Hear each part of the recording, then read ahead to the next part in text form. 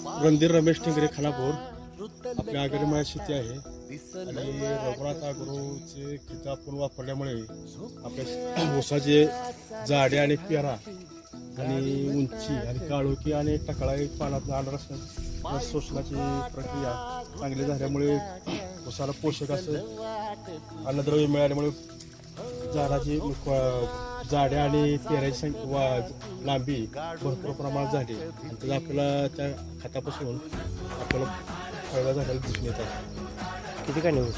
आता ऊस आपला 14-16 कांड्या ऊस आहेत. असे कांडे सुपेबर 14 दिसल्या आणि वाड्यामध्ये 2-3 कांड्या, 16 कांड्याचा ऊस आहे आपला.